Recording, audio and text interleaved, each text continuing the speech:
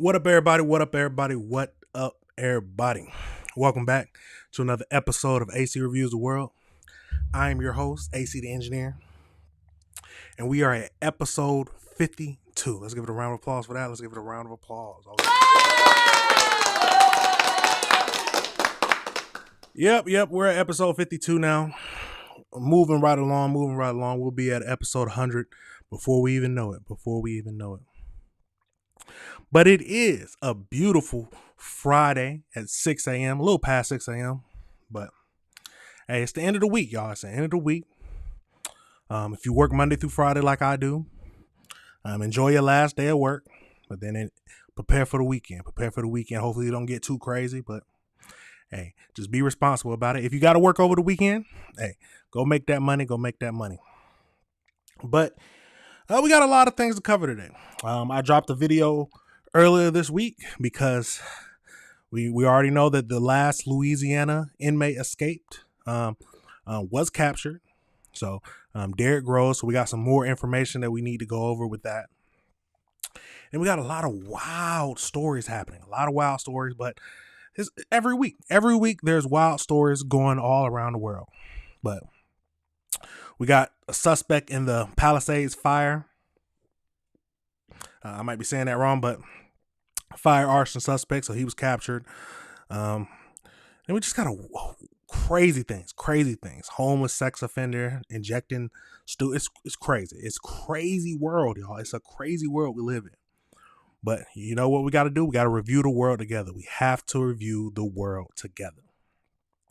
Remember, y'all, hit that like button, hit that subscribe button, hit that notification bell so you can be up to date on all the videos I'll be dropping. Because we talking about a lot of crazy things here. Not just crime news. We talk about anything. Because what? Because we want to review the world together. But a lot of crime stuff. So most of the stuff we're talking about today is crime. We got to talk about some crime. But you know how I like to do it. I like to jump right into it. The first thing we're going to get into today is, of course, we got to get into the Derrick Groves stuff. So Derrick Groves was captured. No, wrong thing. Derrick Groves was captured.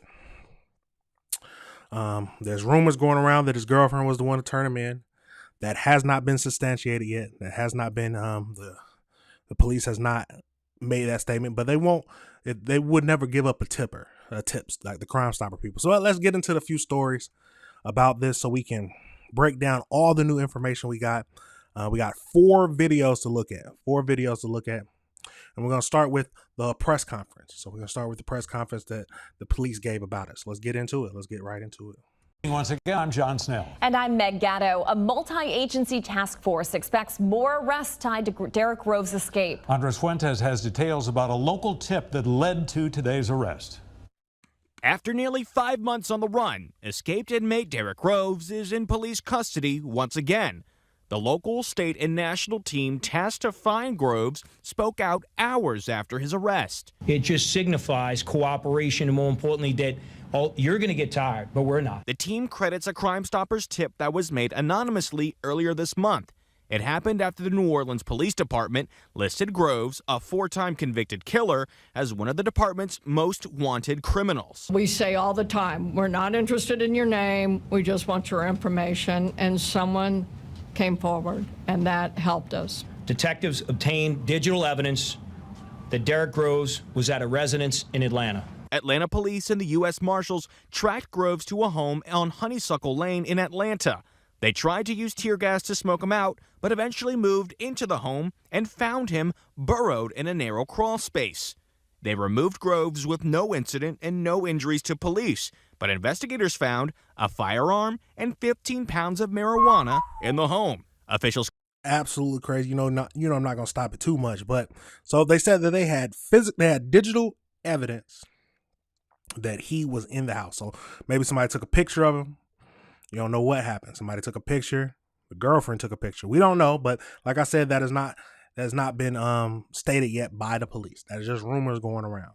But let's keep going. Couldn't say just how long Groves was at the house, but they do say he wasn't alone. All I know is I had the reports to me from law enforcement in Georgia were that there were other individuals in the house. Clearly somebody was helping him. I think there were multiple somebodies helping him. The task force says while leads to Groves' whereabouts died down in the weeks after the jailbreak, the community tips never truly stopped. But following up on those leads was a difficult and timely process. You know, of course, many of y'all in the room were wanting to know how long ago or why didn't we get them. Well, it's not that simple. And they were always just a little one step ahead. As people move to different states and different cities and different dwellings. Among the crimes Groves is tied to was a double murder on Mardi Gras Day back in 2018. Groves pleaded guilty to gunning down 2 men and injuring others after shooting into a house on St. Claude Avenue. District Attorney Jason Williams says with Groves back in custody, his victims can rest easy again. The children in this family who play sports in that park in the Lower Ninth Ward have not been able to go out there during all of this time. Their lives have been shut down out of fear because they didn't know where this man was. Andres, are they saying anything about how much this cost? Right, you know, Attorney General Liz Murrow said that as of right now, you know, they are trying to compile a full list of all the expenses from this investigation. But what she can say is toward the beginning, when all of the inmates had escaped, at one point it cost $1 million a day just for the teams, the equipment, and then using that, of course, all throughout the day, all throughout the region. A day, $1 million a day. And then it trickled down, started to decline as more and more inmates were caught. But again, you know, she's saying that this was a very big burden for taxpayers and a lot of expenses used towards law enforcement to finally track down all 10 inmates. How do y'all feel about that? $1 million? So at the beginning, $1 million a day when all the inmates escaped, all 10. That's how much it was costing. It started to trickle down, but how do the taxpayers in that city feel about that? Absolutely crazy. I mean, they got to do it. The police got to do what they got to do, but it's going to cost somebody something.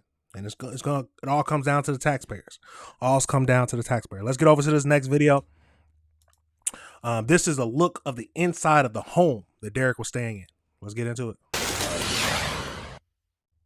Fox 8 takes you inside the Atlanta home where police found Derrick Groves with exclusive video of the crawl space police say he was hiding in. Groves' arrest yesterday ended a nearly 5-month manhunt for the last of the 10 inmates who escaped the Orleans jail.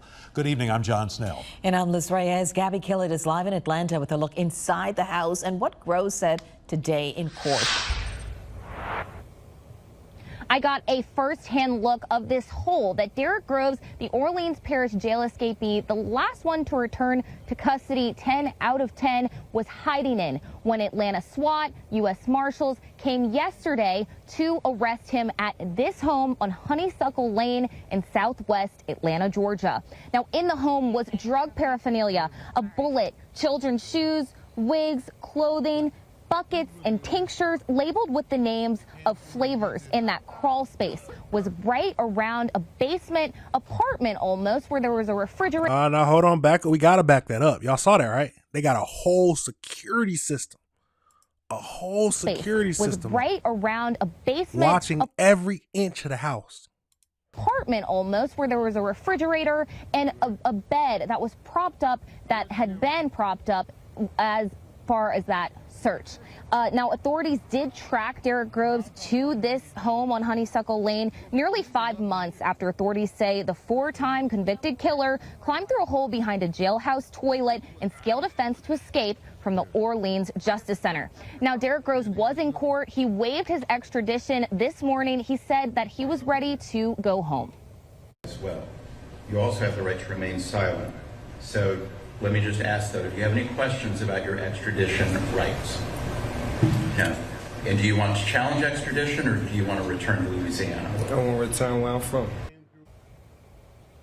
Said I want to go back home. And the home's owner on Honeysuckle Lane, Richard McQueen, did let us inside to see this hole that Derrick Groves was hiding in. And most of the home's entrances here in southwest Atlanta had been breached, and the home itself really completely trashed. Now, McQueen did tell us the tenant that was renting from him was a young woman. He said he wasn't sure when exactly she started renting the property because he had been out of town. They paid rent. I treat them as a regular customer, as a regular occupant. I don't know nothing about their background. All I know is that they look like, where you get this kind of money from? It was just, they struck me kind of strange. I read about it and saw it on TV, but that was New Orleans. So a woman, so a woman was the one who rented it. That might be the girlfriend. Now, if you remember back, a girlfriend was arrested or was charged with aiding him back 4 months ago. So did he get a new girlfriend, or is that the same girlfriend? Let's keep going. And investigators did say Wednesday night that they believed other people were staying in this home with Groves, and that they said they would face charges if they find that they aided and abetted him in this escape. Now, Mrs. Clements, we spoke with, has lived on this street for 55 years. She says there was suspicious activity at the house where they found Groves, and that she first noticed it a couple of months ago. She says that when U.S. Marshals and Atlanta SWAT teams brought him back into custody on Wednesday, it was a spectacle. They told her to go back inside when she had gone to her curb to try to get her newspaper. Again, in court Thursday morning, Derrick Groves says he waives his extradition, and a judge does tell him that means that Louisiana authorities will be in Atlanta. They have 15 days to pick him up. He can be held for up to 30 days. But for now, we will have live updates as they become available. Reporting live in Atlanta, Gabby Killett, Fox 8, Local First. Absolutely crazy. Absolutely crazy. Now, the question is, who was the girl? Was the girl the girlfriend that everybody's talking about? They haven't found her yet. But let's get over into this. So this is a neighbor just telling about what he saw. So let's get over into this. I live up the street, and first one of my neighbors came down and they turned them around and said there's SWAT and all that down here, so I had to come see what was going on. What did you hear? Did you hear anything? Understandable. Oh yeah, I was standing up there right by the bushes, and I had some binoculars and I was looking to see what was going on, and they had 3 or 4 SWAT trucks up here, and then they lowered the arm down, went through the garage door, it looks like, and there were flashbangs. Watch it. All that shit. You're heavy hearing all that. It don't bother me that much. It's just I do demolition construction, so noise don't bother me. Oh, yeah. You're used to hearing loud noise. Yeah. Absolutely crazy. That's just a little short thing of the neighbors. But this is the victim's family of the people that Derrick killed. So this is after they found out that he was arrested and captured back again. So let's get into it and see what they have to say. Groves is convicted of multiple crimes that brought tragedy to several New Orleans families. Andres Fuentes spoke with a loved one of one of those victims who says their family can live easy now that he's behind bars. With 4-time convicted killer Derrick Groves back in custody, those he victimized over the years breathe a sigh of relief. With a $50,000 bounty on his head, I figured it's just a matter of time. We spoke to a loved one who lost someone in the Mardi Gras Day shooting in the 9th Ward back in 2018 after Groves shot into a party. The loved one tells us he thought investigators would never find Groves. I kind of had a feeling he wasn't in New Orleans. I figured he was, I thought he was in Mexico somewhere. Groves pleaded guilty to multiple charges in connection to the shooting, including counts of second-degree murder. He was serving a life sentence for that crime when he and 9 others broke out of the Orleans Justice Center. Now, the loved one hopes to see Groves serve time for the jailbreak as well. Sometimes I just wake up, I'm like, dang, they ain't caught that dude yet. But I'm glad that he's finally served, justice. He's about to pay for his crimes. The loved one is just one of several people who watched the manhunt closely, worried that Groves might seek them out. Psychologically, if it was me, I'd be in fear. Dillard University criminologist Dr. Ashraf Ishmael says he understands why Groves' victims and their family, and even lawyers, juries, and witnesses to his crimes would have been on edge in the nearly 5 months he was on the run. But Ishmael says Groves was likely only focused on staying hidden. And so it wasn't likely that he was going to go back and attack anyone that he attacked before, family, because he was just trying to get out of harm's way, get out of sight. Still, the task force that helped track Groves down says that they're glad that those who were affected by Groves can now live peacefully again. Their lives have been shut down out of fear because they didn't know where this man was, and the men and women of these different agencies have given them their lives back. Now, District Attorney Jason Williams says that some victims, their families, and even some prosecutors had to leave the city for some time after the jailbreak due to fear that Groves would try to track them down. John, back to you. Absolutely wild. Now, let's get over into this little article. We're not going to read the whole thing, but basically the arrest stems from a Crime Stoppers Greater New Orleans tip received earlier this summer that pointed investigators towards the Atlanta area. They declined to specify when the tip came in, citing safety concerns and the need to protect the informant. They've been receiving tips all summer. We don't want to get somebody hurt or anything, so we're not putting the exact time frame on when the tip came in. After weeks of follow-up, marshals in Louisiana pushed out the lead to counterparts in Georgia. Officers executed a search warrant at the home in the Atlanta area that investigators believe Groves may have been staying in for some time. It said that it was possibly a rental home, which we already confirmed with the owner of the house that we just saw earlier. And then a lot of questions following up. So it appears the house was empty. Normally during our fugitive work, we have at least some signs of the person in the house movement. Let's see. They deployed gas multiple times, including in a basement, before discovering Groves is hiding in a narrow crawl space.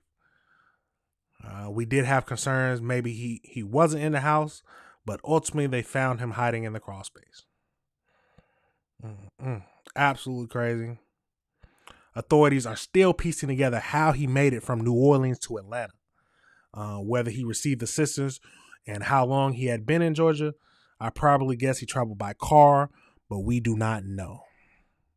So that is what some of the things that they understand. We're not going to go through this whole article, but if you go to our good friend X, or formerly known as Twitter, you see how when he first arrested,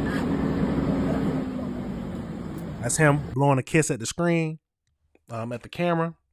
So that was when he first arrested. So he had a good time out, 5 months, celebrated his birthday out there.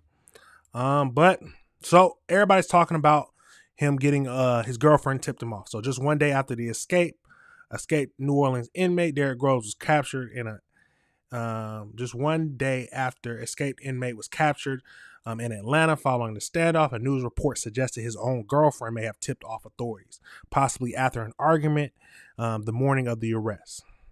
While officials have not confirmed the claim, the theory has quickly spread across social media after neighbors in the Southwest Atlanta neighborhood told local WSB TV reporter they heard Groves and his alleged girlfriend arguing early Wednesday morning, hours before SWAT conveyed on the house on Honeysuckle Lane. 5 months in with a dramatic arrest. So that is where everything's coming from. I could not find the actual, if there was any like recording of that, or they just talked to the news reporters, but that is what they're saying. They say they heard arguments on Wednesday between him and a female, probably the one who rented the home. And then next thing you know, hours later, SWAT came in. So, I mean, yeah, she might have called it in. She might have. But officials have not confirmed that. But that is the updates to the Derrick Groves stuff. Oh, what is that? Get rid of that.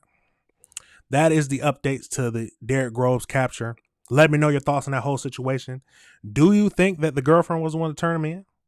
And if so, she cold. She cold.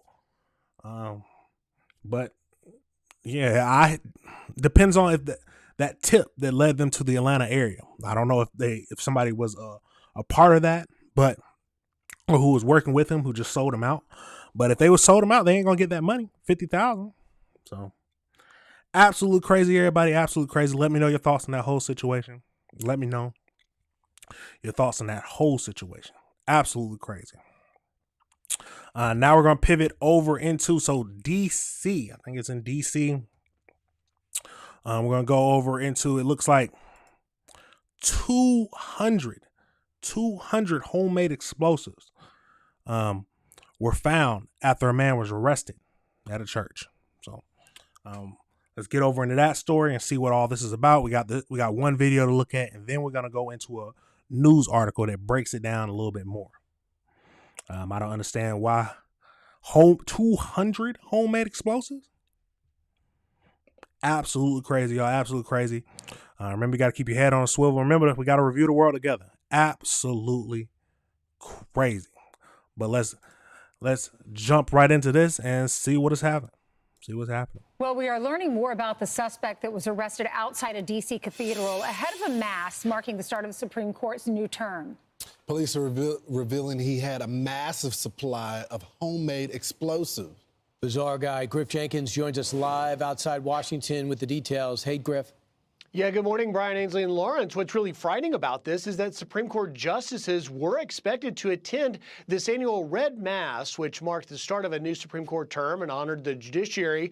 A 41-year-old South Jersey man named Louis Jerry arrested on the cathedral's steps with more than 200 homemade explosives. They included Molotov cocktails and vials containing nitromethane, a compound used in the Oklahoma City bombing. Now, court documents show that Jerry threatened to detonate the devices and handed officers writings expressing anger towards the Catholic Church, the Supreme Court justices, members of the Jewish faith, and get this, ICE. When officers told the man they were going to forcibly remove him, the court documents also say that he responded by telling cops, several of your people are going to die from one of these. Now, D.C. police said in a statement, during the arrest, officers observed multiple suspicious items, including vials of liquid and possible fireworks inside of the suspect's tent. The suspect is preliminarily charged with unlawful entry, threats to kidnap or injure a person, in possession of a Molotov cocktail.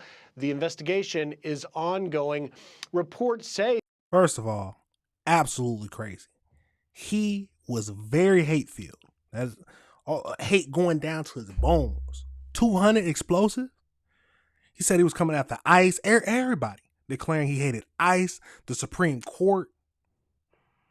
And he was to blow up a church. All of that in his tent. Sleeping beside it. I don't understand some people sometimes, but some people are, gotta be honest, some people crazy. But let's keep going into this video to see if we can learn some more about it. That security threat actually prevented the justices from attending, and now that suspect, Louis Jerry, is being held without bond, facing multiple charges, including possession of a weapon of mass destruction in furtherance of a hate crime. Wow. Guys? That is nuts. A weapon Thank of you mass so much, Griff. You destruction. saw the tent that was set up on the stairs. That's where they found 200 incendiary devices. Grenades and bottle rockets, Molotov cocktails. He expressed hostility and disdain for the Supreme Court and for ICE and for the Catholic Church and for Jewish people. Set up his tent he told right the there. people around him, he goes, hey, you might want to get out of here. I have explosives. And they're like, what? So you have explosives? And then he left the tent to go urinate on a tree, and that's when the cops picked him up. And basically, he had a manifesto, scribblings or some writings on 9 separate pages. He was targeting the Catholic Church, as you know, about this Red Mass. I didn't know anything about it, but a Red Mass to pray for the success of the Supreme Court. So, just a couple things.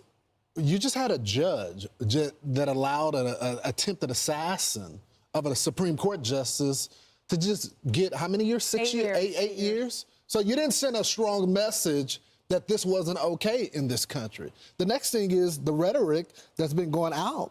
I mean, he subscribes to the anti-ICE message. We're seeing that all over the country. Didn't the governor say he's targeting for all black and brown people? Exactly. And then you got the targeting of the facilities. We just had an assassination attempt in my hometown of Dallas. The anti-Jewish rhetoric. You got jihadis running all over this. They're saying it's all because of the Palestinian, but yet they're targeting the Jewish people. And remember, why they're targeting the conservative court is because they consider it not just the Supreme Court, but the conservative court.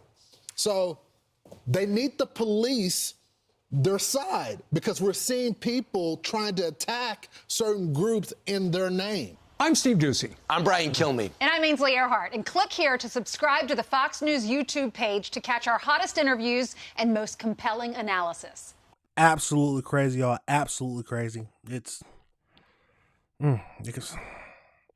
We need to send a strong message to any people who do these types of crimes. They have to know what's going to happen to them. Life in prison. Life in prison. 200 explosives? Come on now, 200? And you set up your tent right in front of the church? He was looking to take some people out. We already know. I'm happy that they was able to capture him without any injuries, but he felt like he could do it and get away with it.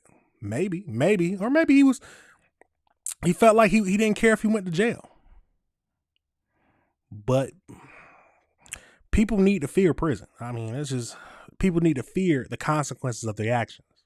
At least that's my thoughts. Let me know if you disagree with anything I said, but let's get over into this article that breaks down a little bit more of what is happening. So let's get into that. Zoom in some. Let's see. So a hate-filled New Jersey man arrested before the annual Red Mass in Washington, D.C. had at least 200 explosives in a tent outside and a notebook declaring hatred for ICE and the Supreme Court justices who were due to arrive at the Catholic Church new court documents show. Louis Gurriel, 41, had pitched his tent on the steps of the Cathedral of St. Matthew the Apostle and allegedly told the police who approached him, "You might want to stay back and call the federales. I have explosives." According to the filing obtained by Washington Post, during the attempted negotiation with the officers, he allegedly handed them a notebook in which he talked about hatred for the cathedral, for the Catholic Church, Supreme Court justices, Jews, U.S. immigration and custom officials, so ICE, all within that document. So that is what he looks like. Absolutely crazy. Let's see. So the Supreme Court, she was supposed to speak. The cathedral, the cathedral was preparing to celebrate its annual Red Mass, which marks the beginning of the Supreme Court's term, when police discovered homemade explosives in a green tent on the property. Several South Carolina, Supreme Court justices typically attended the service. But stayed away as security threat unfolded, according to the Catholic Standard, the official newspaper of the Roman Catholic Archdiocese of Washington. The Metropolitan Police Department called the bomb squad on Gerald, who refused to leave the tent and continued to tell cops he had bombs. Do you want me to throw one out? I'll test one on the street, he asked the sergeant speaking with him, adding that he had 100+ explosives. When they told him that they were going to forcibly remove him, he allegedly threatened that several of your people are going to die from one of these. In an effort to de-escalate, the sergeant agreed to read what he had written in the handbook, which he handed over a flap in the tent. The notebook was titled "Written Negotiations for Avoidance of Destruction of Property via Detonation of Explosives." According to the document, the sergeant opened the tent flap fully after noticing a butane lighter and another object in his hand, which outraged him, who then reached into a bag and told them, "All right, if you want to do it, we'll do it now." He proceeded to pull out multiple capped vials containing yellow liquid with explosives taped to him. And he told her to step away or there are going to be deaths. The police retreated and formed a perimeter. He was handcuffed after a brief tussle shortly afterwards when he got out of the tent to urinate on some trees. So he did all this and then he gets out the tent to urinate. His massive stash of devices was seized by the bomb squad and sent to the FBI for testing. Some of the glass vials contain nitromethane, a common homemade explosive that was used in the 1995 Oklahoma City bombing, according to the Washington Post. Others were modified bottle rockets with aluminum foil heads and treated in a pyrotechnic solution. The devices appeared fully functional. He faces 8 charges, including manufacturing or possession of a weapon of mass destruction. I didn't even know that was an actual charge. That sounds like something out of like a comic book. Weapons of mass destruction. In furtherance of hate crimes, a judge has ordered him to be held without bond. Good. There's nothing wrong. I don't see anything wrong with that. But absolutely crazy, y'all. He was 8 counts of weapons of mass destruction. Or possession of weapons of mass destruction. Absolutely crazy. There are some hate-filled people in this world. There are some truly hate-filled people in this world. I don't know what can... I'd never understood hating someone for their own beliefs or targeting people because they believe a certain thing. I don't understand that. I truly don't. But he is someone who doesn't need to be on the streets with normal people. He needs to be behind bars. Absolutely crazy. I'm happy. Like I said, I'm happy that no one was hurt. But he was fully prepared to take some people's lives. Probably take his own. You know how they like to do it? They like to take their own lives because they don't want to face the consequences of their actions. Absolute crazy, y'all. Absolute crazy. Let me know your thoughts on that whole situation. Absolutely crazy. Wild. Some of these things you would never expect to happen. But we got to keep reviewing the world together, y'all. We got to keep reviewing the world together. Absolutely crazy. Absolutely crazy.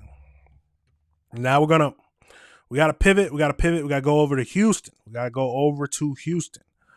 4 people have died after a murder-suicide in Houston in 48 hours. Yep, in 48 hours. So we got 2 videos to look at from that and to see what all it's about. But it can be a scary world out here. And we just gotta keep our head on a swivel. But let's get right over into these. We got 2 videos to look at. So let's jump right into it. All right, we're starting off with an investigation into a shooting that quickly escalated into multiple scenes and multiple victims. It is still going on this morning. Police are working to piece together what led to the deadly chain of shootings. It started in Sugar Land and ended in Southwest Houston. 4 people are now dead, including the suspect. KPRC2 News reporter TJ Parker is live at the mechanic shop on Fondren in Southwest Houston, where one of those victims worked. TJ, what questions are we working to get answered this morning?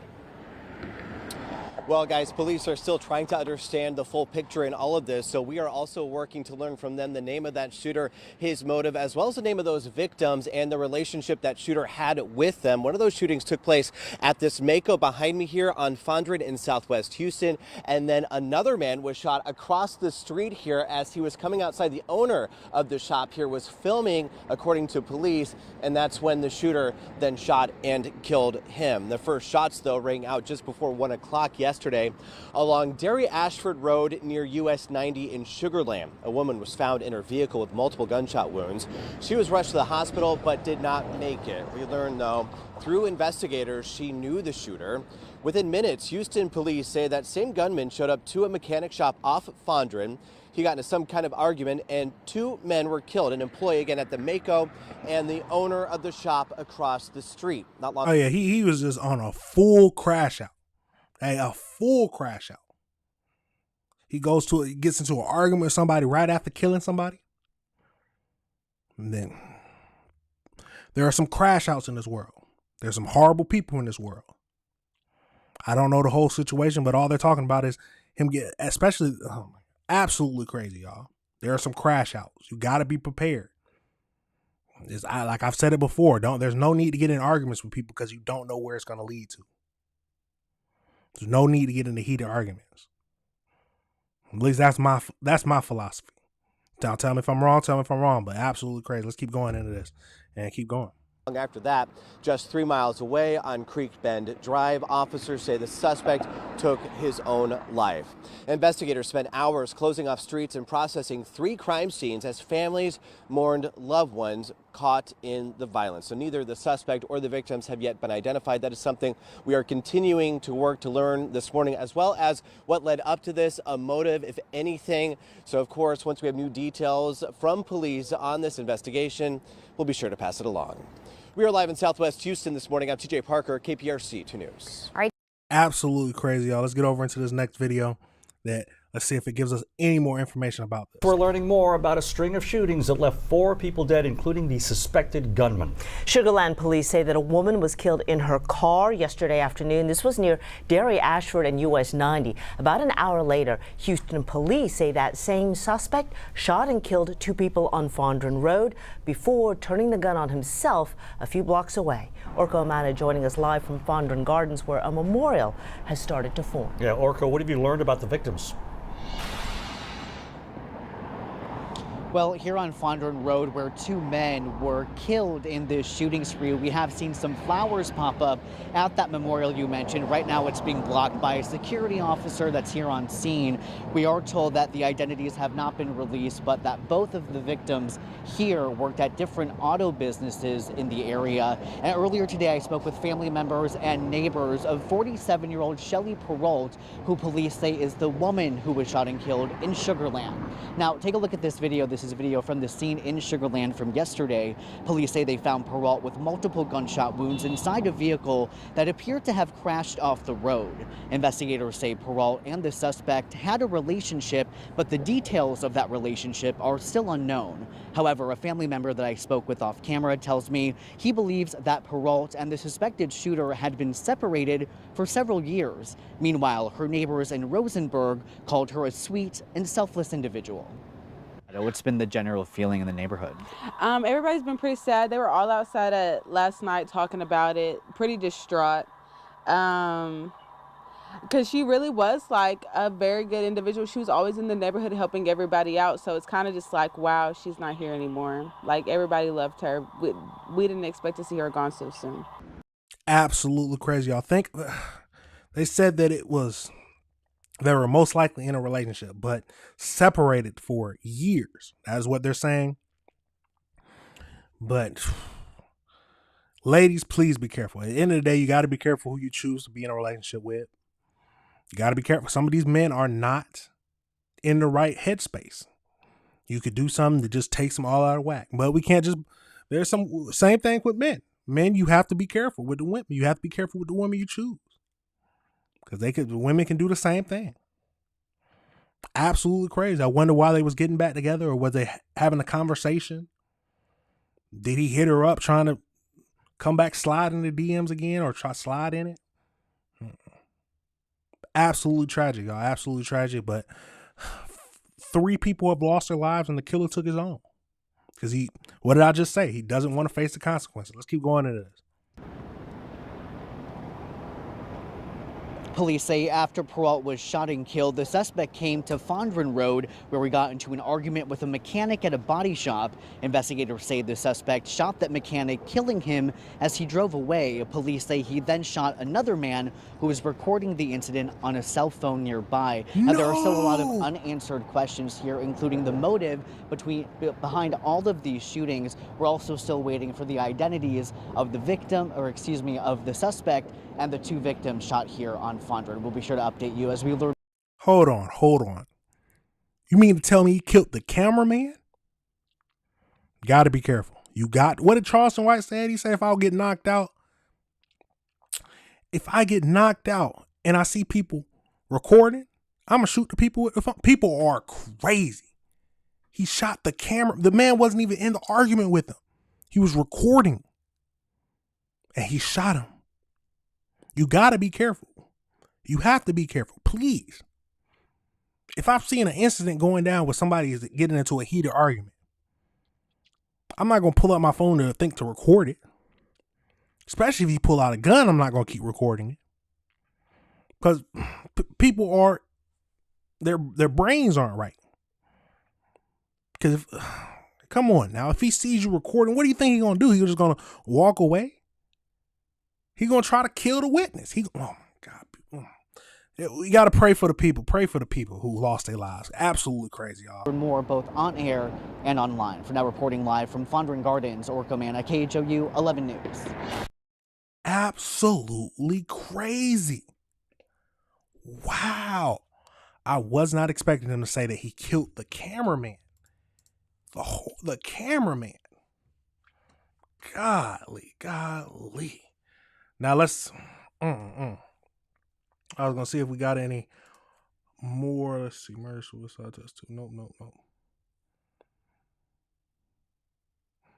Two dead. No. Yeah, I was gonna see if we could find anything else, but if absolutely crazy, y'all. Let me know your thoughts on that whole situation. Do you think the woman was trying to get back in a relationship with him, or do you think that he hit her up trying to? What do we know? What do we think the situation was?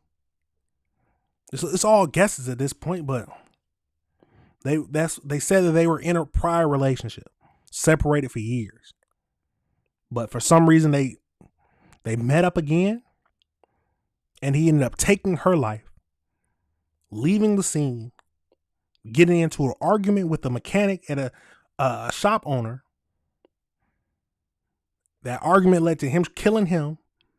He turns, sees somebody recording, and starts shooting at him. Absolutely crazy situation. Absolutely crazy. Let me know your thoughts on that whole thing. Let me know if you disagree with anything I said. It's a cold world, y'all. There's some demons in this world. There's some very demons. And we know where they're going. Absolutely crazy. There's been a lot of things happening in Houston, y'all. Because we just talked about that, all them bodies turning up in the bayou. Houston, a wild area. But hey, that's just like area. There are some wild places all around the United States. There's wild places all around the world. Absolute crazy, y'all. Let me know your thoughts on that whole situation. Remember, hit that like button, subscribe button, and hit that notification bell so you can be up to date on everything we drop. Absolutely crazy. Now we got to pivot over into the fires. So the Palisades fire suspect has been arrested. So we got a few videos to look at that, and then we're gonna listen to how the fire department dealt with this awful fire that they had to deal with. So let's get over into that. We got, like I said, we got 3 videos to look at, but let's jump right into it. Today, we are announcing the arrest of 29-year-old Jonathan Rinderknecht for igniting a fire that ultimately burned down the Palisades earlier this year, killing 12 people, destroying more than 6,800 structures, both homes and businesses, and damaging over 1,000 more buildings. Wow. The complaint unsealed today charges the defendant with destruction of property by means of fire, a felony that carries a mandatory minimum 5-year federal prison sentence and is punishable by up to 20 years in federal prison. The defendant was arrested yesterday on a federal criminal complaint near his Florida residence, and he's expected to make his initial appearance today in the federal court in Orlando, Florida. I stress that the complaint contains allegations, and every defendant is presumed innocent until proven guilty in a court of law. The allegations in the affidavit are supported by digital evidence, including the defendant's ChatGPT prompt of a dystopian painting showing in part a burning forest and a crowd fleeing from it. And we're going to put that up on the screen here once we get that going. The allegations are, there it is. That's from his ChatGPT. That's an image he produced a few months before the fire started. It shows the city being burned there. The allegations are further supported by the defendant's cell phone, his false statements to law enforcement, and his behavior during the Lockman fire, which the defendant is charged with maliciously starting shortly after midnight on New Year's Day of this year, and which eventually became the Palisades fire. Late last New Year's Eve, Rinderknecht returned to Pacific Palisades after working the evening shift as an Uber driver. 2 of his passengers told law enforcement that he appeared agitated and angry that night. After dropping off a passenger in Pacific Palisades, Rinderknecht parked his car and tried and failed to contact a former friend. He exited the car, walked up a nearby trail, took iPhone videos at a nearby hilltop, and listened to a rap song whose music video included objects being lit on fire. The defendant had listened to this song and watched its music video repeatedly in the days leading up to the Lockman fire. 12 minutes into the new year, environmental sensing platforms indicated that a fire had started. It took the defendant several tries to contact 911 to report the fire. He fled the scene in his car, but turned around after passing fire engines driving in the opposite direction to fight the fire. Hold on. So you mean to tell me this man set the fire, called the police, tried to be like a witness, and then he before that he was watching a bunch of music videos talking about burning stuff down, so watching people burn stuff down, and then before that he was typing in stuff on ChatGPT, trying to look at images of burnt cities with citizens running away. Yes, you are innocent until proven guilty. But he's looking guilty to me. But hey, like I always say, we got to go through the court system and we got to let him be judged by a jury of his peers. That is the society we live in. Absolutely crazy. Let's keep going. Fight the fire. While the Lockman fire burned, the defendant walked up the same trail from earlier that night to watch the fire and firefighters, using his iPhone to take short videos of the scene. Although firefighters suppressed the blaze, the fire continued to smolder and burn underground within the root structure of the dense vegetation. So that fire started on January 1st, and it smoldered underground for about a week until on January 7th, heavy winds caused this underground fire to surface and spread above ground. Absolutely crazy. Let's go over into this next video. Like he said, he was denied bail. Good. Let's get into it. New details now about the man accused of starting the Palisades fire. Today, he was in a courtroom in Florida, and so was Guad Venegas. He reports for both NBC4 and Telemundo 52. He's got the latest developments, including what the man's attorney is saying about the evidence that prosecutors say proves their case. Good afternoon. Lots of new details and also an emotional day for family members of the man accused of starting the Palisades fire here at this federal courtroom in Orlando. This was the second hearing for the suspect. He had a quick hearing yesterday, about 10 minutes, where he was assigned a federal public defender. Today, the judge had this hearing, which was a detention hearing to decide if the suspect would be allowed to post bail. Now, ultimately, that was denied, but we did learn a lot of new details. Prosecutors bringing in an ATF agent, that is, who was part of the investigation and also part of the team that arrested the suspect on October 7th. Through that agent in court today, we learned that the suspect had moved to Pacific Palisades between 2020 and 2021 with his former significant other and had remained there until 2023 when, according to the agent, the suspect moved to Hollywood. And then, of course, he's accused of starting that fire at the end of 2024. The agent today also saying that the suspect drove from California to Florida a few months ago and moved in with his sister, his brother-in-law, and their two children. The agent also talking about two incidents at that home in September where police were called. The first, a disturbance where, according to the agent, the brother-in-law of the suspect had called police because of an argument the suspect had with his sister. Eventually, according to the agent, the suspect saying he would burn down the house. And then later, also in September, there was a second incident where the suspect's father, who lived in France, came to Florida and called police, indicating that he believed his son had a weapon in the home. Now, ultimately, the suspect had not been arrested because, according to police and the agent today, he did not break any laws, but there was a discussion about his family asking him to leave that home. Ultimately, come on now. Come on. You mean to tell me this man threatened to burn down the house? Threatened to people with weapons, his own family?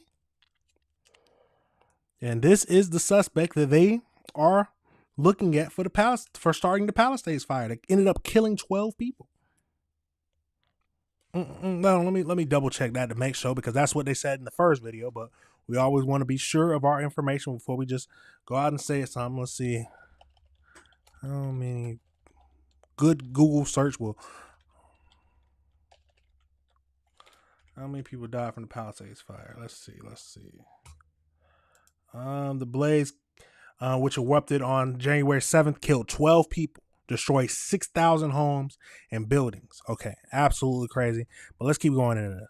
The suspect would be arrested on October 7th in connection to the Palisades fire. And what I should add today is that the family members were present, at least 2 sisters who were emotional. They cried when the judge decided to deny bail. And the public defender also indicated that the family is supporting the suspect, also asking the judge to go to the psychiatrist that has been seeing the suspect and have that psychiatrist give him a new mental evaluation. But for now, we know that he will remain under custody, and the next hearing has been set for October 17th.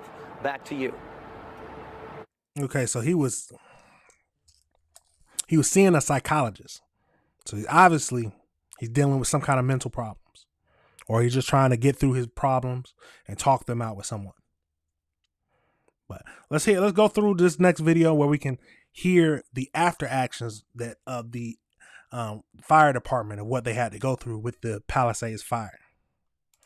Let's get into it. Same day, federal authorities announced an arrest in connection with the Palisades fire. Local fire officials released a report detailing their response to the catastrophic blaze. The after-action report details a series of challenges that tested the LAFD's ability to contain and control the fast-moving fire. KTLA's Sandra Mitchell is live in downtown LA with more on the findings outlined in that 70-page report. Sandra. Micah, a new insight from this report tonight, and it is really just incredible what these crews were up against, working 36-hour shifts without a break in really extreme conditions, all because the fire department did not have enough firefighters on duty. As the Palisades fire ripped through the community, LA firefighters lacked the resources to attack the wind-whipped flames, and communications were inadequate to safely evacuate thousands of people. Those are some of the conclusions of the LA City Fire Department's after-action report. The review, released today, just hours after federal investigators announced the arrest of a Florida man for maliciously setting the January fire. I hope it gives some closure as it relates to some of the anxiety that may have been felt. How did this happen? Who's responsible? Can this happen again? What lessons we learned?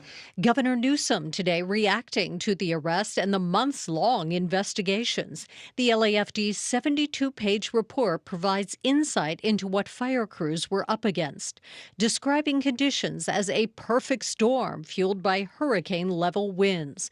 Among the conclusions, ineffective processes for recalling off-duty fire crews, fire chiefs with inadequate experience to handle a major incident, and a delay in evacuation orders which caused people to jam roads and block fire crews. So it was just a whole storm of problems coming down from administration itself or the fire department itself. People aren't prepared for it. They weren't trained good enough, it sounds like. They weren't ready to handle a type of fire like this. Their procedures weren't adequate enough to stop something like this. Yeah, they got to go through a whole revamp. Let's keep going. 12 people died in the fire. More than 6,800 structures burned. I don't know that you ever feel satisfied. LA Mayor Karen Bass said today, 10 months after the fire, she is still focused on the victims. Concern for the families that lost their homes, the individuals that lost their lives, the firefighters that risked their lives for days and days. Governor Newsom saying the state has commissioned an independent 2-part report. The first part of that report will be released in about 2 weeks. This is done without political interference, and how the facts need to be pursued without any bias or political interference. And I just want to know the facts, period.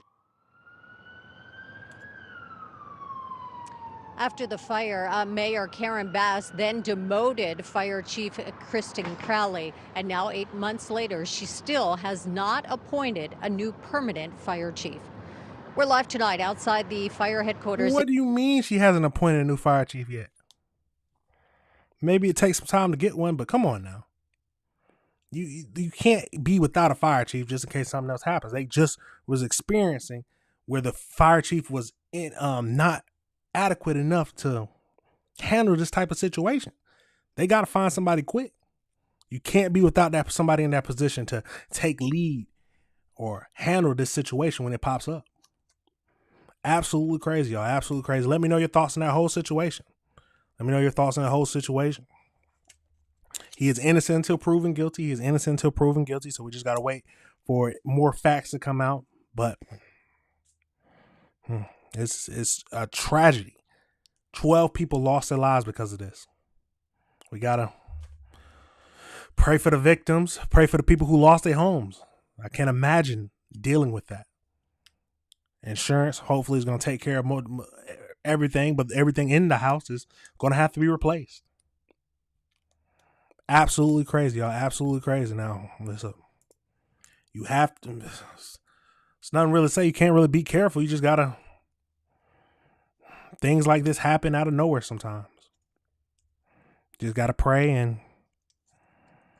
and be prepared. And try to prepare yourself for the best you can. Absolutely crazy. Absolutely crazy. Let me know your thoughts on that situation. Let me know if you disagree with anything I said. Absolutely wild. Absolutely wild. Now we're going to pivot over into a video that popped up onto my screen I wasn't expecting. So 30 Christians were beheaded by ICE. Yes, by ISIS. I said ISIS. I said ICE, but you know what I'm saying. 30 Christians were beheaded by ISIS. We haven't heard a lot about them, or I haven't been keeping track. The only thing I've been hearing about is Hamas, or that Hamas war. But let's get over into this. I don't know what this whole situation is about, but 30 people getting beheaded. The world is a scary place, y'all. The world is a very scary place. Let's get over into this video and see what this is talking about. We have a horrific and graphic report to share with you. Over 30 Christians have been beheaded by the Islamic State Mozambique province, also known as ISMP. CBN's Billy Hollowell joins me now. Billy, how are you processing this? It is hard to process the fact that you, in 2025, have people around the world who are terrorists who are beheading Christians. It is the most horrific thing imaginable. And we've seen this again and again and again. And I think for me, the thing I'm processing is this reality that in America, we live with such freedom, right? We have our debates, we have our issues over the First Amendment, we have our fights, we have our political infighting and our battles. But the freedom that we live with, I think, isolates us from the reality and the understanding that most people around the world are living in utter horror. And most people around the world, most Christians, are living in places where persecution is so dire that you can get beheaded simply for loving Jesus. And so that is convicting to me. It always sort of brings me back to, do I understand the freedom that I have? Do I understand the ability to worship that I have? Do I appreciate that? And then the second conviction is, am I praying enough for these people? The fact that you have 30 people beheaded, it is so satanic and ungodly and evil. And yet, am I praying enough for those in duress around the world? Well, absolutely crazy. You know, I'm not going to pause it too much, but he's absolutely correct. He's absolutely correct. There's problems in our country. Yes, there are problems in our country. There's problems in every country. But I truly feel like this is the best country. This is the best country for me. This is the best country for me, having the freedom to say what I want to say, believe what I want to believe. Now, yes, there are some people who will try to do horrible things because of what you say. But in the majority of everything else, this is a country where we stand on the right to believe what you want to believe and say what you want to say. That is what I say all the time, that you cannot be persecuting someone for what they say. You cannot do it. But let's keep going into this, and let's break down and see what's happening. Absolutely crazy. We gotta review the world together. ISMP proudly released photos of their demonic savagery, and the incredible organization Memory captured some of those photos. I don't know if we can show them. I'll have to talk to one of our editors, and if we can, we'll put them on the screen. If not, just know that it's barbaric. But what's really disturbing is that these people are proud of it. You know, Billy, what's really struck me is, can you imagine I mean, can you imagine if the headline wrote, "The IDF beheads 30 Palestinians"? We would be talking about the biggest news story, I mean, since 9/11. I can't even imagine. And yet, if you Google search Mozambique, there's like, I think like Christianity Today and maybe another Christian organization. Nothing from CNN, nothing from any main. I'm not just talking about CNN. I'm talking about, when I say CNN, I mean like the general New York Times, Washington Post, Fox News. I mean, anybody. I have not seen anybody pick this up. And this isn't. He's right. There's no one talking about this. No one. The first thing they're going to go through is the Hamas and the Palestine stuff. But if they say, oh, that 30 Palestinians or Israel people were killed or beheaded, headlines would fly. Maybe it might get picked up a little bit later, but it's hard. I couldn't find any more information on this besides this video. A little bit, but nothing to bring up. Absolutely crazy. Absolutely crazy. Let's keep going. Uncommon. You know, we did a story earlier this year about how 70 Christians were beheaded in the Democratic Republic of Congo. Obviously, there's a genocide happening against Christians in Nigeria.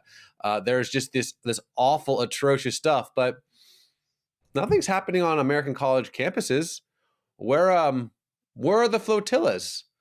Where is anything? Where is even a poster? Where is a social media post about the extermination? And it's not just like there's bombs happening. Like, for example, there's bombs in Ukraine. There's bombs in other conflict zones.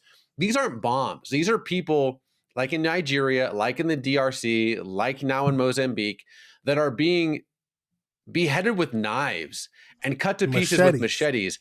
And the world does not care. No Jews, no news. And,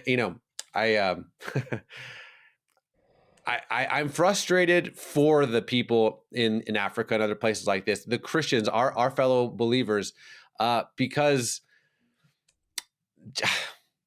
I just don't see what would, unless the IDF was somehow implicated in some of these killings, that the world's going to care. And I know that's being cynical, but this is just another story that no one on the campus of Columbia or UCLA or University of Michigan is even going to know about, let alone care about.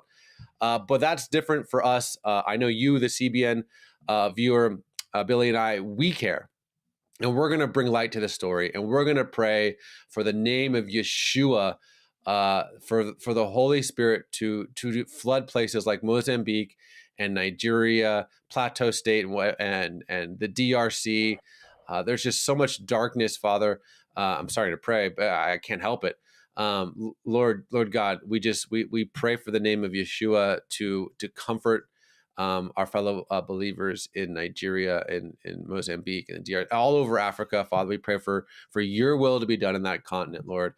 In the name of Jesus, amen. But Billy, I will give you the last word because I'm just frustrated for our brothers and sisters. I mean, we know that Christian persecution is the worst form of persecution. It is intensifying around the world. We know how bad this is, and yet nobody talks about a lot of it. And to your point, I think the other piece of this, looking at the material, meaning what's in front of us, we know these killings are happening. They're horrific. The media doesn't always cover them. You have to look deeper at this too, and we have to understand this is a spiritual battle. Why is it that Christians in every country, it feels, are under duress in some way? Well, the Bible talks about this. It talks about what will happen at the end of days. It also talks about persecution in general as Christians. Let's talk about China, North Korea, all of these places where it is truly hell on earth to be a Christian. And obviously Nigeria that you mentioned, we have to understand the spiritual battle that is going on. Christianity is true. The Bible is real. And so the enemy's goal is to kill it, to snuff it out, to try to do that. Now, he will not be successful with that. And it will never happen that way. We know how the story ends. Jesus wins. But in the midst of that, this persecution, these deaths, they are going to happen, and we need to be praying for those people and also praying against those principalities, those spirits. What we see in Ephesians 6, it is described, This persecution is the result of that. And we need to understand that we need to be out there supporting, praying, and speaking out like we are, and encouraging other media to do the same. Now, first thing first, we're going to pray for all the victims, anybody who's dealing with any kind of religious persecution. I don't want to just bring, yes. In this case, it was Christians who were beheaded. And they might be a lot of persecution of Christians in general, but I think there are persecution of religions, and that is the problem around the world. You cannot just single out Christians, because there are other people who are getting persecuted as well. Someone just tried to stab or kill a bunch of people in a synagogue in Massachusetts and Manchester. So but I do feel like he's right. I did not know about all these things happening to Christians around the world. I need to open up my eyes and view the world more. That's what this whole channel is about, so we can review the world together. It's a terrible thing when somebody can't believe what they want to believe. And then they get persecuted for it. That was the whole reason that we came over to this America in the first place. Unless I'm mistaken in my history and what I learned in history class is wrong. We came over here so we could believe in the religion we wanted and to have freedom of religion, separation of religion and state. It's absolutely crazy, y'all. Absolutely crazy. Let me know your thoughts. Let me know if you disagree with anything I said. Did you know that this was going on? How do you feel about this? Have you seen a bunch of news, the major news articles, news networks talking about this?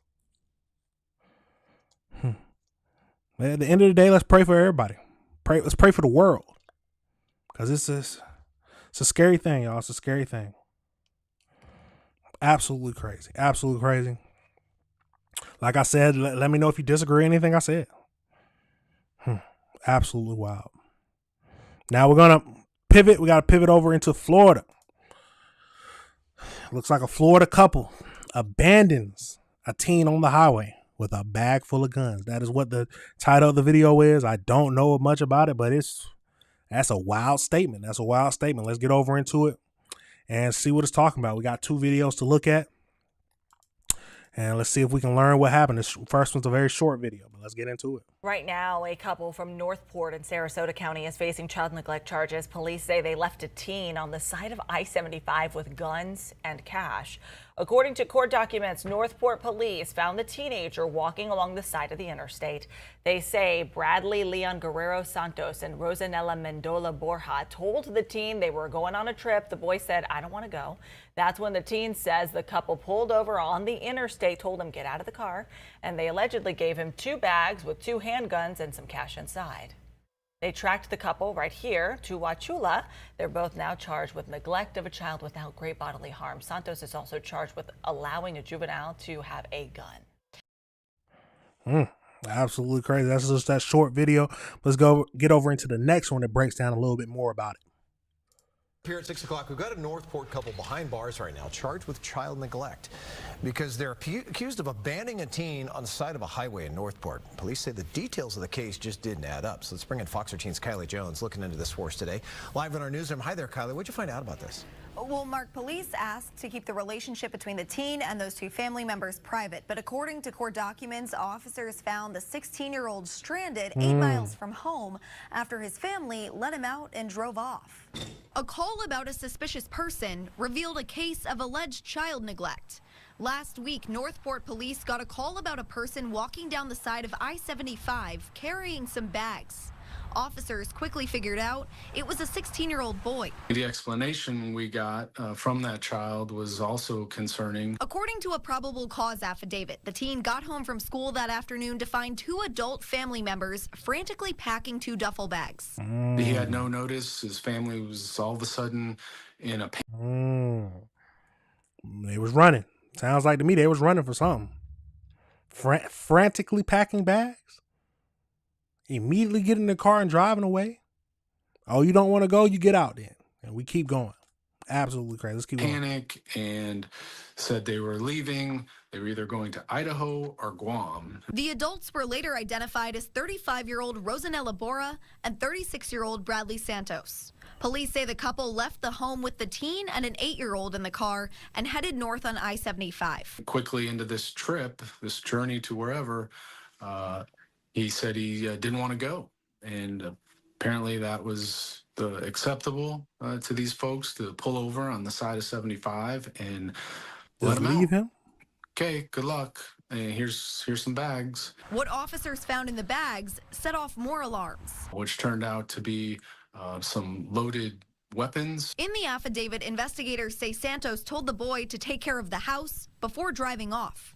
When officers tried to bring the boy home, court documents show they found the garage door and front door of the home wide open. It doesn't make sense. And, you know, you're putting a child in a very bad situation. Police say they tried calling Bora and Santos multiple times. Essentially hung up on, then refused to pick up any more phone calls from us. Several hours later, investigators found their car in Wauchula, about an hour and a half away. The couple was arrested, both now facing a charge of child neglect. And police say both children are safe with other family members. Both Bora and Santos were each given a $500,000 bond. Absolutely crazy, y'all. Absolutely crazy. Now let's teen neglect Newport couple. So let's get over into this article that's seen. What's 2 days ago? No, 20. Let's get over into an article and see if we can break down a little bit more of what's happening. It's you have to be careful, y'all. You have to be careful. Parents it's a crazy thing. It sounds like they was running from something. But what were they running from? That is the question. What were they running from? So, like they said, a couple is facing charges after. Let me zoom in some so everybody can see it. Let's see. A couple was facing charges after court documents say that they left a teenager with weapons and cash along I-75 before attempting to leave the state. An arrest affidavit says that this happened around 6 p.m. October 1st when a Newport police officer responded to a call about a suspicious person walking south along the northbound shoulder of the highway. The officers asked the teen why he was walking along the highway, but he initially did not want to explain. Eventually, the teen reportedly gave the officer his ID and explained that he was in a vehicle with 35-year-old Rosanda, I'm not even going to try to say name, Bradley, 36-year-old Bradley, who were planning to drive to either Idaho or Guam. The teen, according to the affidavit, said that Bora, that the couple, did not tell him about the trip until after he got home from school and were frantically throwing clothes into 2 duffel bags and rushed him and the other children into the vehicle.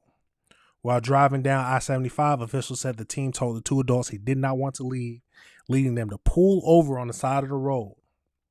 Authorities said that the couple left him with 2 bags carrying a black and brown colored Taurus G2C 40 caliber and a black colored Smith & Wesson M&P Shield 9mm and some cash. The 2 also told the teen to take care of the house before driving away, the arrest records say. The teen told investigators that Santos is very religious and would test his mental fortitude by putting him in difficult tasks, such as this incident. What? He also said that Santos would refer to the teen as the oh my God. Was this some kind of cult? Were they like cult members? The police officer said he attempted to contact the couple over the phone. When he contacted Santos, a man who reportedly said his name was Jose answered and said that he did not know who Santos was. Officials later confirmed that the number did in fact belong to him. The officers then tried to contact Baroja, who he said ended the call after he said that he was a member of the police department. After taking the teen back to his home, the garage door and front door were wide open as the family left in an abrupt hurry with no regard to the personal belongings, the court documents read. The police detectives searched the home and found no evidence of seemingly foul play, but did say that they found multiple firearms lying out in the open. Investigators later discovered Santos was located in Wichula.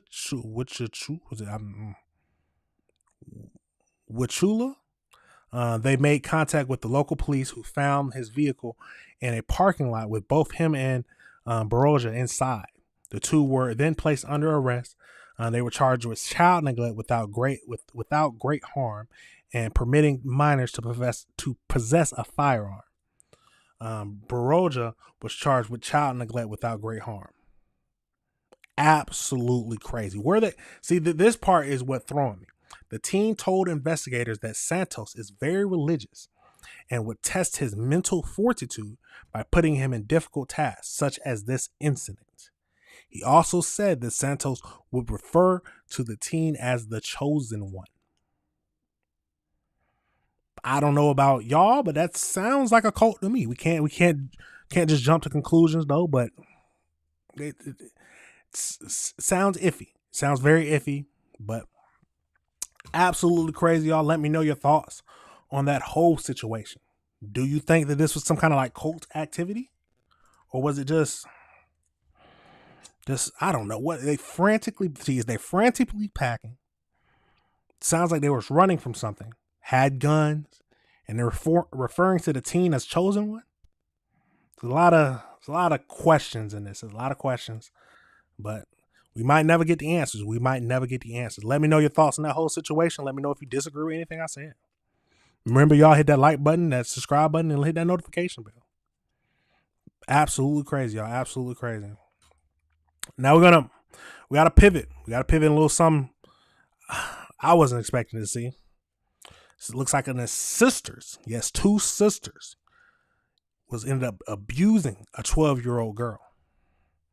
Absolutely crazy. We got one video to look at, and then we're going to go into an article that hopefully gives us more information about this whole situation. There's not much details out there about this. I was looking, but not much details about this. So let's get into this and see what we can learn. It's people who abuse children, worst of the worst, deserve to go straight to, you know what I'm saying. But let's get over into this and see why these two sisters were abusing a 12-year-old girl. Let's get into it. Two sisters in Montgomery County are charged with the physical abuse of a child since March of this year. Good evening to you. I'm Mayra Moreno. Thanks for watching. I'm Jonathan Bruce. Authorities say last week the 12-year-old girl was actually able to break free from her restraints and escape the home on Goodman Road in Montgomery County. ABC 13's Daniela Hurtado sifted through court documents and has the disturbing details. The Garcia sisters are sitting right here at the Montgomery County Jail on $200,000 bonds. Detectives tell us they're accused of restraining and beating this 12-year-old girl with cords, sticks, belts, and their fist for the last 6 months. Straight to jail. Nah, put them under the jail. 6 months they were beating a 12-year-old girl with cords and their fist. Demons. There are demons in this world, y'all. Demons. Nah, they don't deserve to be with normal people. Let's keep going. On Montgomery County Road, detectives detail horrific abuse happening on the inside of a home on Goodman Road. Two women are now behind bars. Tanya and Brenda Garcia are sisters who investigators at Montgomery County Sheriff's Office say took in a 12-year-old girl in March who says she was being sexually abused by an uncle she was living with in Houston. Court documents detail months of abuse. The child was found last week with an infected gash on her head and injuries all over her body. Detectives say the victim's biological mother lives in another country. Deputies say the child sought help from Brenda Garcia, whose daughter knows the child's uncle. Garcia reportedly took the child to live at her home with her sister Tanya Garcia in March of this year. That's when court documents say the abuse of the child began by the duo. Court documents say the child told detectives Brenda choked her until she couldn't breathe and even wrapped a belt around her neck, strangling her and telling the victim to just die. Investigators say the child would be left zip-tied to chairs and a table. And on September 30th, detectives say the victim broke out of her restraints and escaped that home. Hold on. I'm not gonna stop it too much, but they took in the child who was being sexually abused by her uncle and then go back and start beating her, choking her, telling her, why did you take her in the first place? Oh my God, there's some horrible people in this world. Let's keep Surveillance video, according to investigators, showed Tanya Garcia hitting the child with a spiked belt while being tied up before she left the house. Deputies say CPS was involved, but when they were looking for the 12-year-old girl, Brenda told CPS the child had moved back to Honduras to be with her mother. Investigators say the injuries that this child sustained are directly from physical abuse, neglect, and malnutrition. Tanya is charged with injury to a child and unlawful restraint. Brenda is charged with injury to a child, unlawful restraint, and invasive visual recording, accused of taking nude photos and videos of the 12-year-old girl. The Garcia sisters deny wrongdoing. Brenda told the detective the victim is manufacturing the allegations. The DA's office would not say if more arrests were coming in connection to this case. Daniela Hurtado, ABC 13 Eyewitness News. Oh, where's the two sisters? So the two sisters.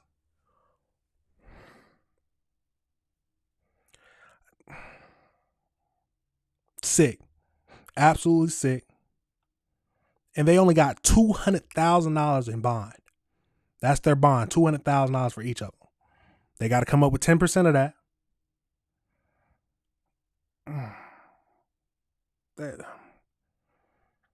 Okay, that's no bond. I don't even want to give them the chance to get out. I don't care if they scrounge up anything. I don't want no bond at all. These are some horrible people. They took her in because she was scared and being abused by her uncle. And they go back and go back and just abuse her more.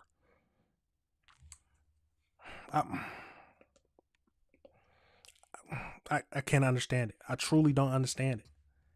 It's sick people. There are sick people in this world. Absolutely crazy. Let's get over into this article and see if it gives us any more information about this whole situation, because absolutely crazy. So 2 sisters in Montgomery County are behind bars accused of abusing a 12-year-old girl since March. It's October. Detectives say all this unfolded at the home of Brenda Garcia, the older sister. She is also charged with invasive visual recording for allegedly taking nude pictures of the child. Both Trinia and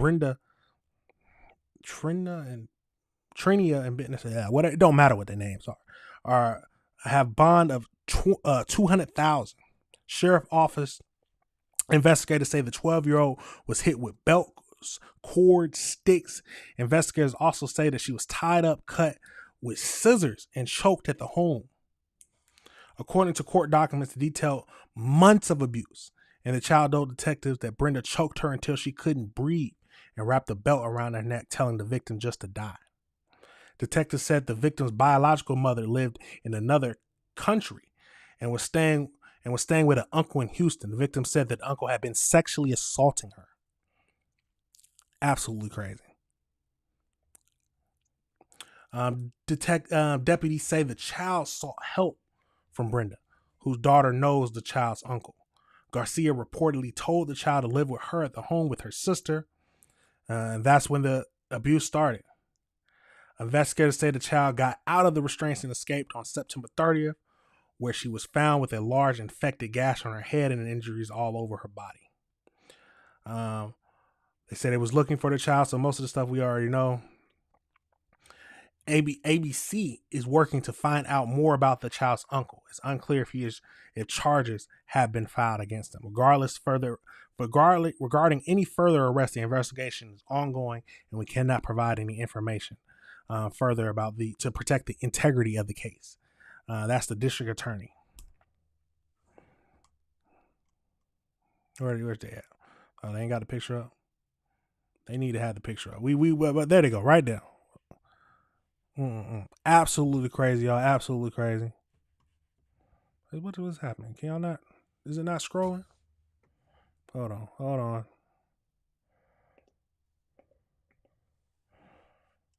Okay, there it is. But as you see, it's a crazy situation. Absolutely crazy. I don't understand why they took her in the first place if they were just going to abuse her. Maybe that was the whole rules. At the end of the day, y'all, there are some sick people in this world. You got to look out for the children. We got to look out for the children. I don't agree with them getting $200,000 bond, but I think that anything like this should be no bond automatically. Because what if they get enough to get it out, to get out of jail? Absolutely crazy, y'all. Let me know your thoughts on that situation. Let me know if you disagree with anything I said. So it's a scary world we live in. It's a scary world we live in. We got to pray for the little girl. She's going to have to go through a lot of therapy to deal with the trauma from both her uncle and the people who she thought was going to rescue her ended up just abusing her even more. Absolutely crazy. Let's pray for her. Let's pray for her, because these sisters need to. What do I always say? Life in prison. After they die, take their ashes and put it in the cell too. Because these are some sick individuals, some very sick individuals. Absolutely crazy, y'all. Absolutely crazy. Like I said, let me know if you disagree with anything I said. How do you feel about them having $200,000 bond? Do you agree with me and to say that no bond should be allowed? Absolutely crazy. Now, the last thing we're going to get into, the very last thing, a homeless man kidnapped a Houston high school student. And they also say he injected him, or injected the kidnapped student. I don't know if it was a girl or boy, with some kind of substance that made him pass out. Crazy world, y'all. It is a crazy world. We got 2 videos to look at. So let's get right into it and see what we can learn about this situation. Before a man is charged with kidnapping an Aldine ISD student, even more disturbing, he's accused of injecting that teen with an unknown substance, which caused the student to. Why does he looks like he looks like a pedo. He does. Pass out. It happened last week, but the suspect was back in court today. Stephen Goen joins us live near Aldine High School with more on this. And Stephen, these details are quite disturbing. Ron, that's right. The suspect in this case is 45-year-old Ted Fleming, and he has a pretty extensive criminal history in Harris County that's raising some red flags. Take a look. This is video of that suspect in probable cause court last week. According to Aldine ISD, this all happened last Wednesday at a shopping center across from the school. We're told staff saw a student stumbling, being approached by the suspect. When officers were called to the scene, they found Fleming and detained him, but court records show that he claimed he was protecting the student from someone else. Officers later found that student unconscious, and court records show they used Narcan and chest compressions to revive them, the student claiming they'd been injected with that unknown substance. Today we spoke with Houston Crime Stoppers about the case. Was this premeditated? You had to know what you were doing in this particular case, what prompted you to do what you were going to do, and what were your plans if you were successful in kidnapping a high school student? Those are questions that need to be asked and answered. Now we're learning that Fleming has been arrested more than 30 times in Harris County in that past decade, convicted of at least 11 of those charges. Some of his prior offenses include indecent exposure, terroristic threat, and deadly conduct. He's currently being held on a $150,000 bond in jail. Meanwhile, we are told that police will be stepping up patrols here. We're also working to find out more about the status of that student who was involved in all of this. For now, in Harris County, Stephen Goen, KHOU 11 News. All right, hoping that student is all right. Thank you, Stephen. Absolutely crazy. Let's get over into another video and see if it gives us any more details. New tonight, a convicted sex offender with more than 30 prior arrests is back behind bars in Harris County. This time, Ted Fleming, shown here with years worth of mugshots, is accused of kidnapping a student near Aldine High School. Even more disturbing, the student claims they were injected with an unknown substance during the incident. Stephen Goen joins us live from the Aldine area with more of the details. Stephen. Maya, the suspect in this case had that long criminal history, like you said, but the most recent crime he's accused of is the most serious. It all happened right here at the shopping center across from the school, less than 1,000 feet away. Ted Fleming. 1 week after his arrest and this first appearance in court, 45-year-old Ted Fleming arraigned today on that felony kidnapping charge. The allegations connected to an incident near Aldine High School last Wednesday. Court records show officers were called when school staff saw the student and suspect walking together. One staff member had even taken photos and videos of the student being, quote, pulled away. According to Aldine ISD, school staff saw that student stumbling, being approached by the suspect. The alleged kidnapping happening here at a shopping center less than 1,000 feet away from the school across the street. When officers arrived, they detained Fleming. The student, who was found unconscious, reportedly revived with Narcan and CPR, telling officers he'd been injected with the substance. And this is the first time I've seen or heard of a case where somebody was actually injected.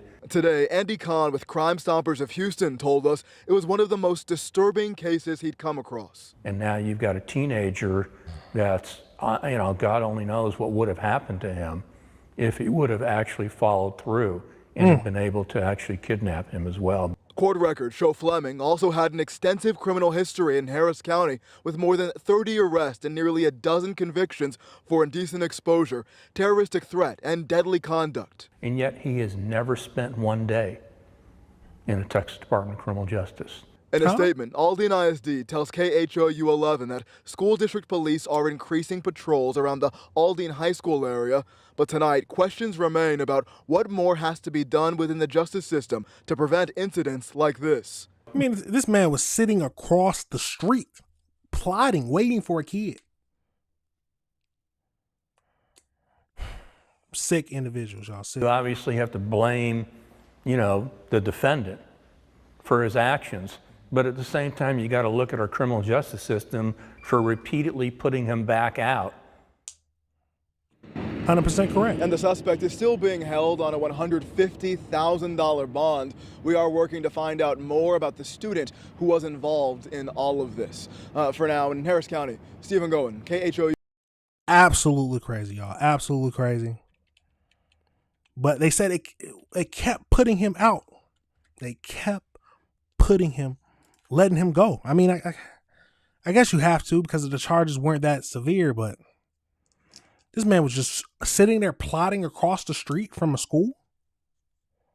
Come on, man. What more has to happen?